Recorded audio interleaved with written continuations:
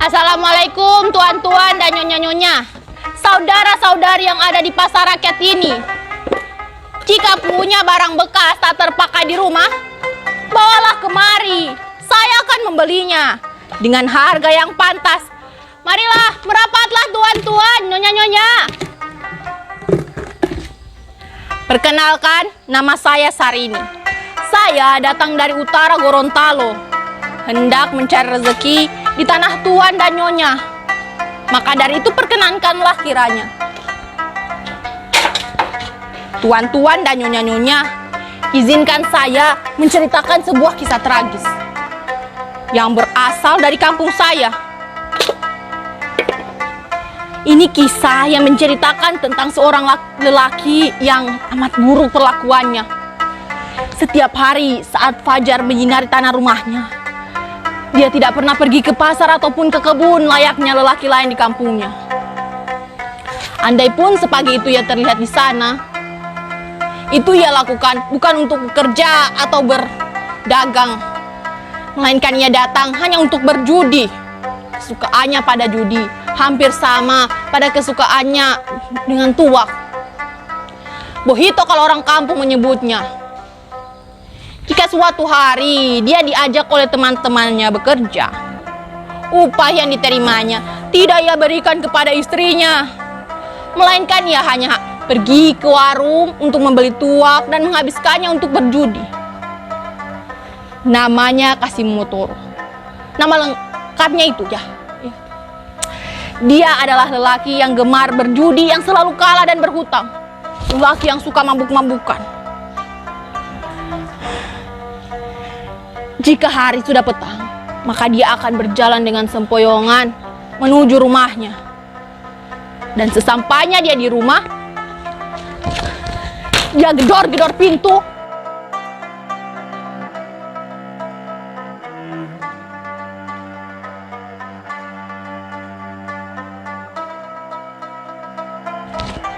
Dia tendang-tendang semua yang ada di hadapannya sambil berteriak-teriak memanggil istrinya.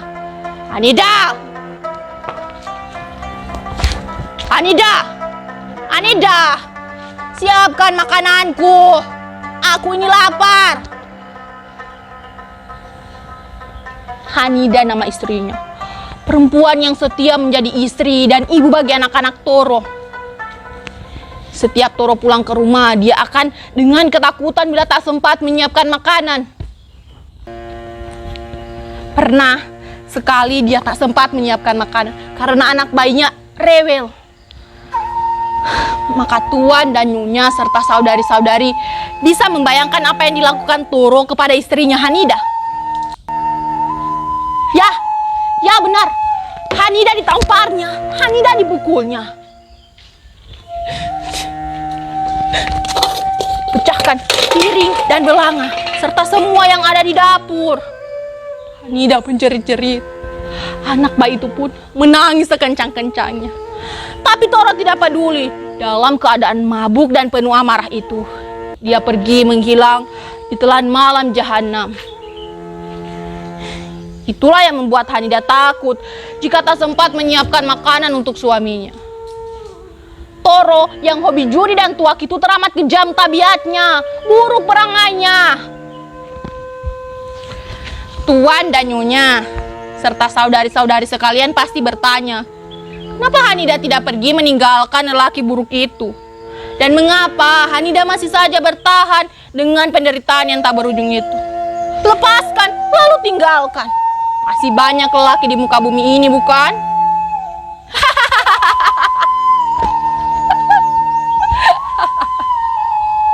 Ya, mungkin itu adalah pertanyaan saya juga. Mengapa Hanida masih mampu dengan hidup bersama lelaki laknat itu? Andai saja nyonya dan saudari-saudari sekalian berada di posisi Hanida, apa yang akan terjadi selanjutnya?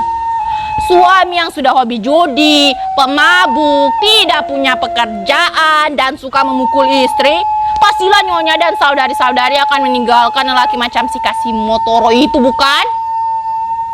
Benar kan? Iyalah, Untuk apa bertahan jika setiap hari adalah neraka?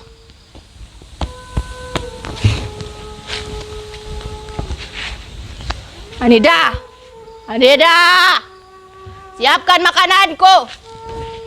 Aku sudah lapar. Hanida pun muncul dengan tergopoh-gopoh sembari membawa sebaki makanan untuk suaminya.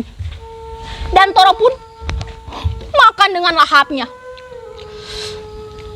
Sedangkan Hanida pergi kembali ke dapur karena dia tidak sanggup jika harus berhadapan dengan suaminya saat makan.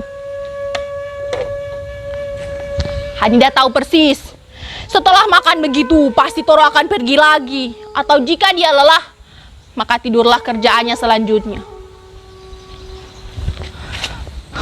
Toro tidak pernah memberi uang belanja untuk Hanida karena Toro tahu Hanida masih punya cukup uang. Warisan yang ditinggalkan oleh kedua orang tua Hanida semasa hidup masih cukup untuk membiayai hidupnya, Hanida serta anaknya. Beruntung sekali Hanida memilikinya. Begitulah isi pikiran dari lelaki yang bernama Kasimu Motoro itu. Pernah sekali dengan lembut Toro berkata, "Hanida istriku, ini upah jerih payahku bekerja di kebun Pak Haji Samsu seminggu. Ambillah dan belilah semua kebutuhan serta susu untuk anak kita." Begitulah perkataannya ketika dia dalam keadaan waras dan sadar. Dan itulah yang membuat Hanida bertahan. Dia sebagai istri pilihan dari suaminya mengerti bagaimana keadaan Toro yang dahulu itu begitu romantis, lelaki yang gagah perkasa, serta suami yang penyayang itu kelak akan kembali seperti itu lagi. Hanida tiada henti-hentinya berdoa dan berusaha. Karena dialah satu-satunya manusia perempuan yang paling memahami suaminya.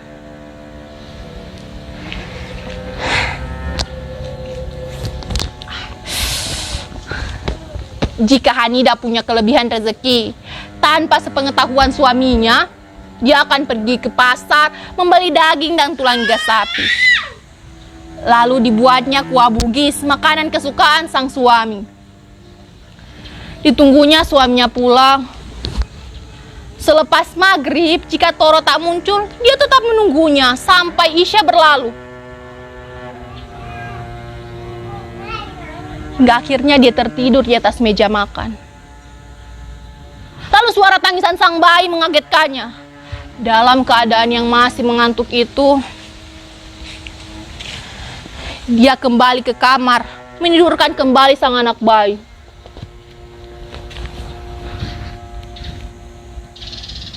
Dan pagi hari pun, dia terbangun. Lihatnya, meja makan masih dalam keadaan seperti semula. Maka dipanaskan kembali kuah bugis itu, lalu dimakannya sendiri. Dia tidak mau jika harus menyajikan makanan yang dipanaskan untuk suaminya. Jika itu terjadi, maka tuan dan nyonya tahulah akibatnya. Toro sudah sangat berubah. Judi dan tuak mengubahnya. Hanida semakin kurus tak terawat. Raut wajahnya sudah tak cantik dan bersinar lagi. Air susunya mengering. Jiwa dan raganya disiksa. Lalu, kesedihannya dia nyanyikan dalam buayan sang anak bayi. Watutu molala, moela masatua.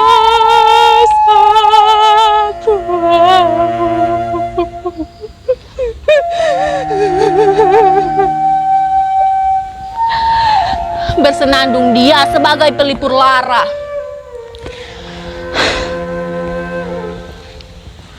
Pagi harinya dia terbangun dengan badan yang lemas, semangat yang padam. Dia tetap pergi ke dapur dan dilihatnya hanya garam yang tersisa. Lalu Toro datang sambil berteriak-teriak, "Hanida! Hanida, mana makananku?" Hanida keluar dari dapur dan menghadapi suaminya itu. Lalu Hanida ditamparnya, dipukulnya, dirampasnya cincin yang ada di jari manis Hanida. Lalu lelaki yang laknat itu pergi begitu saja meninggalkan Hanida. Hanida pun jatuh tersungkur. Air matanya jatuh. Dadanya hancur. Ia menangis sejadi-jadinya. Ya Tuhan, ampuni aku.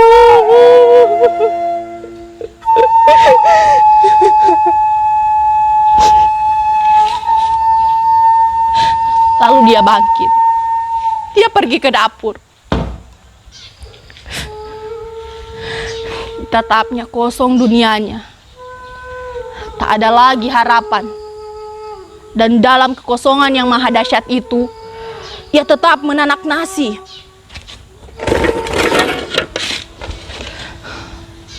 Lalu dia pergi ke kamar, tempat sang bayi tertidur lelap.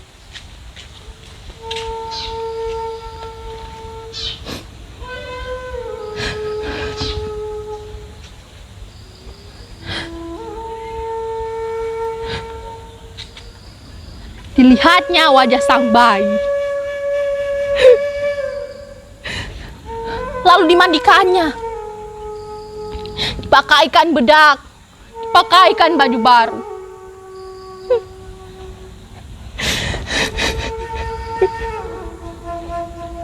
Diciumnya kening sang bayi.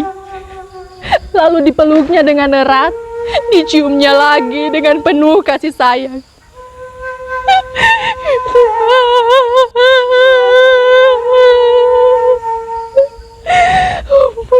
Ampunilah ibu jandam ini.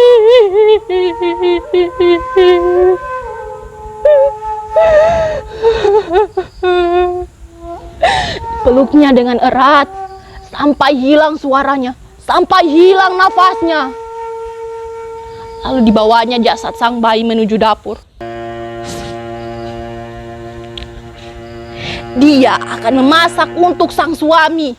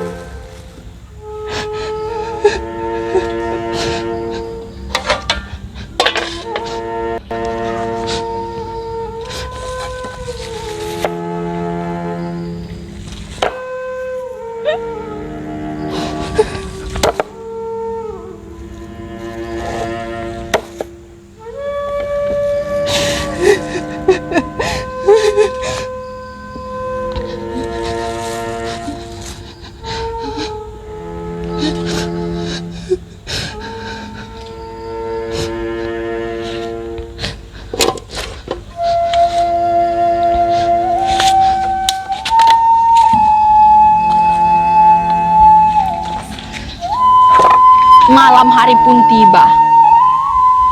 Toro pulang dalam keadaan mabuk berat. "Hanida,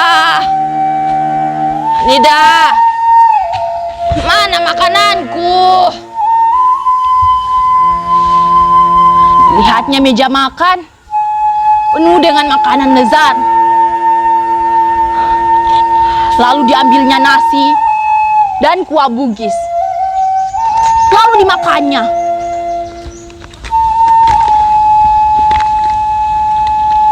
Lahap benar dia makan. Sungguh sangat lahap.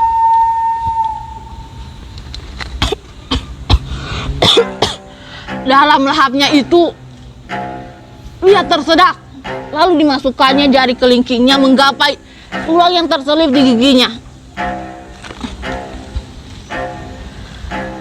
Lalu tulang itu ditaruhnya di sebelah piringnya. Lalu dia melanjutkan makannya. Dalam lahapnya itu, dia menatap tulang yang ada di piringnya. Perhatikannya baik-baik. Tulang itu bukan seperti tulang yang biasanya ia makan. Tulang itu seperti jari kelingking manusia. Lalu tiba-tiba dia berteriak, "Hanida! Hanida!" Tidak ada Hanida di dapur. Lalu dia pergi bergegas ke kamarnya. Bongkar-bongkarnya isi buaya, tidak ada sang bayi. Dia menuju ke meja makan. Lalu ditumpukannya makanan itu. Kumpulkannya tulang belulang itu. Ya, tulang belulang itu adalah jasad sang bayi. Dia telah memasak anaknya. Dia telah memakan darah dagingnya. Tiba-tiba dia berteriak,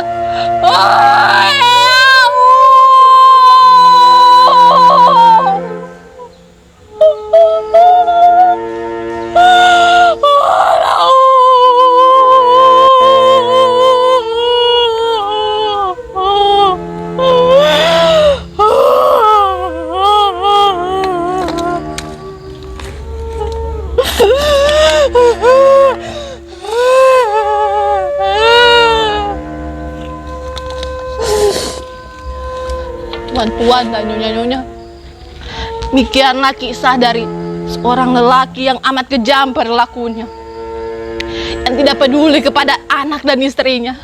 Maka itulah akibatnya. Terima kasih telah mendengarkan cerita saya ini. Izinkan saya pamit. Wassalamualaikum.